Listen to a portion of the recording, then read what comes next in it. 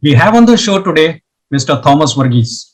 Mr. Thomas Varghese is the business head of domestic textiles, overseas spinning and acrylic fiber business of the Aditya Birla Group textile businesses, overseeing 3 domestic and 7 overseas companies. Mr. Varghese has been with the Aditya Birla Group for the last 22 plus years. As part of your working life, you have traversed the globe. For the benefit of the participants on the show, request you to please trace your footprints around the world. Thank you, Premraj, and thank you, Bloom, for having me on this call. I think I'm at the, like they say, the fag end of my career. So it's a career which is almost lasted 39 years and with a few more years to go. I actually started my intense travel around 1990 and 1991 when I was with a company called Indian Organic Chemicals Limited. That's when I started my international travel. The travel took me to many parts of the world, and we were the first in many respects in the polyester industry. It was quite interesting to meet stakeholders and value chain players across the world. Starting with Europe, which was a big market for me at that time, and also traversing the US and some parts of Asia. Those 7-8 years of travel really helped open my eyes to what the world offers. So I got to know Europe very well. I got to know parts of Asia well. And as I moved into this role, which I currently am in my 9th year of, I have a multicultural, multi-geographical workforce. I operate out of 7 countries. I have a workforce of more than 14,000 people. These 7 countries are Indonesia, Thailand, Philippines, Germany, Slovakia, India, Spain, and we have multiple interests. I run 3 businesses for the group today. But to tell you about my learnings on the global footprint, I started traveling to China in 1992. That is the first trip I made. And over the years, I almost traveled to China every year for business and for some exhibitions. The first time I landed in China, I could see the green beret uniform Chinese soldier carrying a Sten gun, look quite archaic, but that is the vision I have of China in 1992. Every year I traveled to China was an eye-opener for me. The airports became bigger and bigger. The infrastructure improved with every passing year of my visit. And I have always been a great China fan ever since I saw this transformation in front of my eyes. And over the years, of course, we all know what China achieved in the 90s and the 2000s, early 2000s. These visits to China helped me in doing the first Chinese acquisition for the group of a company producing viscose staple fiber.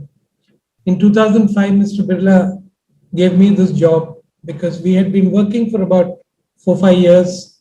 And every time we came to closing a deal or even did a deal, the deal never went through because the Chinese are very difficult to predict till the deal was done.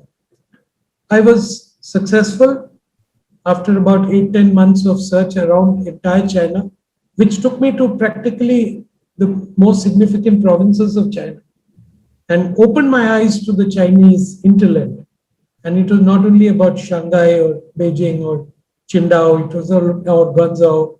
It was about looking at various provinces of China, including going up to Mongolia on several occasions. And I was successful in closing the deal. And in 2006, we acquired the first Chinese company. So that was the beginning of my international exposure. Taking it forward, in the backdrop of the pandemic, the rules of employee engagement have changed dramatically. There is uncertainty, anxiety, and all-round fear. According to you, what can or what could a leader do to salvage the situation? I think the social contract between the employer and the employee have changed. The ways of working has changed. The way in which the whole world is working today, more or less remotely, has changed the culture of organizations. We cannot expect the culture of the organization that existed pre-COVID to continue as it was. The culture where people are working from homes, where there is greater deployment of technology, where remote working has become a way of life, where decision making is taken in a more decentralized manner, have all changed the complete hues of employee engagement. In fact, I would say that what this really entails is we are very clearly in a VUCA world. And in a VUCA world, the employee, irrespective of all that he sees around him, is anxious. Many of them go into depression. Many of them are concerned about their jobs, particularly as many companies who do not have the vision, taking short-term decisions to cut costs, maybe to manage their liquidity and solvency. I think we have dealt with this in a very wonderful way. I think from the day the lockdowns were announced in India, and the lockdown in different parts of the world came at different points in time. And since I manage a global operation, my issues have always to do with the entire global business context that I operate.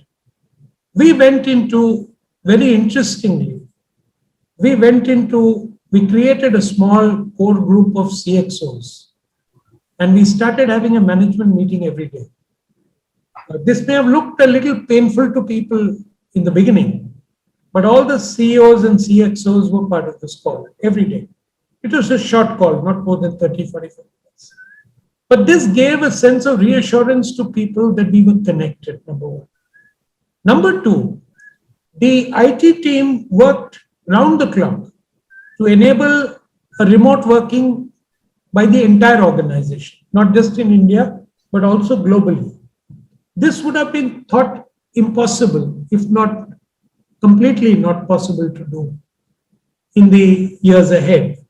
But it was fantastic to see how our employees also rose to the occasion, and with connectivity remotely, we were able to get connected on a regular basis. We tried to create a sense of oneness for the entire business, more than we had been able to do even in the physical world. That because every business of the group was represented at these calls, and every business was represented in even the town halls that we were doing, we started having a feeling of more one ABG Textiles that we never had before. In addition to communication, and I would say that communication is absolutely the key in a pandemic of this kind, which struck the whole world and brought it to its knees. We were able to communicate with our teams. So we had business town halls, we had all business town halls, we had ExCom meetings continuously with our businesses, where the agenda was not only about the business continuity. Business continuity, of course, was the foremost thing in our minds, and how to get back to normal after closure of many plants around the world for different points in time and for different periods of time. The most important thing was to give people a sense that there is a strong backing of the Aditya Birla Group to every business, irrespective of the conditions that are prevailing in different countries. So communication became key. And we started a lot of R&R. Now, I had been struggling with R&Rs, that's reward and recognition, even in the physical world. I was not able to get my HR teams to really move. And it was amazing how they put together rewards and recognition program for people who were walking the extra mile, who were going beyond the call of duty. Maybe it could be to help people during COVID times, maybe to help their fellow colleagues, maybe to help families of their colleagues, and to do impossible things. Because, during the pandemic, when markets were closed, our retail stores were closed, it was very difficult to get off the ground.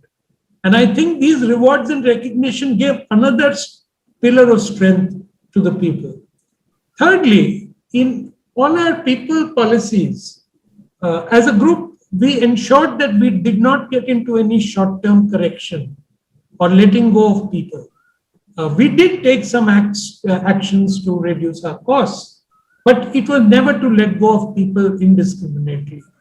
And therefore, and to communicate this, that we would not do it irrespective of not even working for months together and keeping our plants closed. I think all these steps gave a sense of strength, a sense of confidence, and a sense of knowing that there is somebody who cares about them and their well-being. And it was not just that they were left to fend for themselves. And of course, the pandemic was hard on different people. We lost some colleagues. It was a sad moment, but as a team, we tried to do everything for the persons who were affected and their families. And I'm really delighted that, as a corollary to the second wave, we've come out with certain policies which are completely COVID-based policies for our employees, including for those people who lost their lives and who lost family members. And I really have to salute Mr. Birla for his vision and his compassion and his humanity.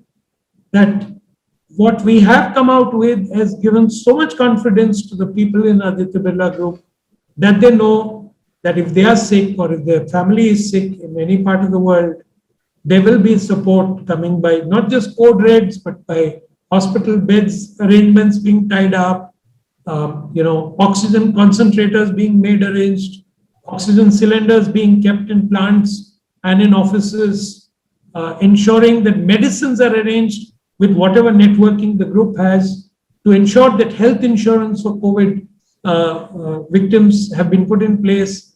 Health insurance schemes have been modified, fortunately, because we have Aditya Birla Insurance, which covers our insurance, to see that there are no caps on insurance costs, because many people have spent a lot more money than the insurance premiums really, provide for. So all these things have really helped considerably in managing the anxiety level, manage the nervousness that employees have.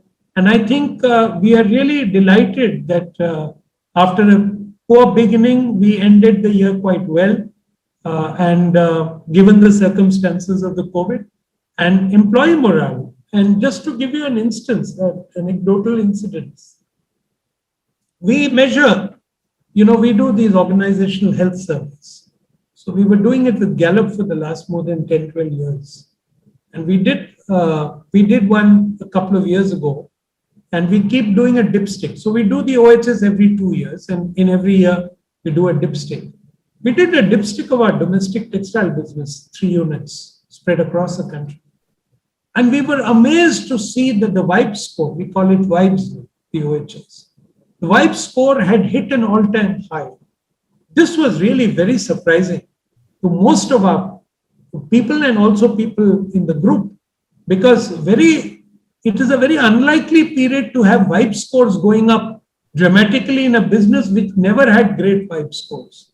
And I think in a sense, it reflected really all the employee engagement initiatives we as a group had taken and rolled out. And it was very clear that it was not just implemented in letter, but it was also implemented in spirit. And therefore, it was felt by every employee. So I think that gives a strong sense of, purpose and a strong sense of commitment. You said you have seen the developments of infrastructure in China. Please share your views on the same in India, where India could be in the next 20 years, and what India should do or focus to reach that number one spot in the world. Thank you. Mr. Jagannathan, you asked a question on which a lot of people have a lot of, different views. I remember many times listening to headline news of some politician or the other saying that we will make Mumbai into Shanghai or Qingdao, whatever. Frankly, nobody really understands the effort the Chinese have done. I remember when I was doing my search for my partner for joint venture or for acquisition, everyone told me, China is only Shanghai, Beijing, Qingdao, and Guangzhou. Every other part of China is backward. But believe me, as I traveled through China, the kind of infrastructure I saw, you will not believe that most of China's hinterland is connected by concrete roads. That is why it explains why the Chinese cement companies are the largest in the world, because that's the amount of concrete they consume. The roads are fabulous. The airports, even the smallest airport is bigger than the biggest airports we have. And this I'm talking about knowledge of 6, 7, 8 years ago, because in the last couple of years, I've not been traveling as often to China as I normally was. So I think, frankly, given the kind of political environment, given the kind of corruption, given the kind of lack of priority, it is very difficult for India to emulate China. And, fortunately, the late Prime Minister, Mr. Vajpayee, tried to do something on the roads, but, again, it went into cold freeze. And I think, to me, I personally believe that a country is built with advanced investment in infrastructure. And, it's like putting the horse before the cart, it's this whole dilemma that do we have the money to invest in this, and are we doubtful about the investment? To me, infrastructure is an economic multiplier like no other. Yes. I think Indian governments, successive Indian governments, have not invested in infrastructure as they ought to have. And when I say infrastructure, I mean roads to begin with, ports, trains, airports, water. These are the kind of investment that Indian government needs to do in terms of infrastructure. And frankly, people have different views, but every time I went to China, I saw a new China. And every time I come back to Bombay, I see the same Bombay for the last 30 years. And I don't think we will ever catch up with them. I don't even think we should even think that we will do. We'll never catch up.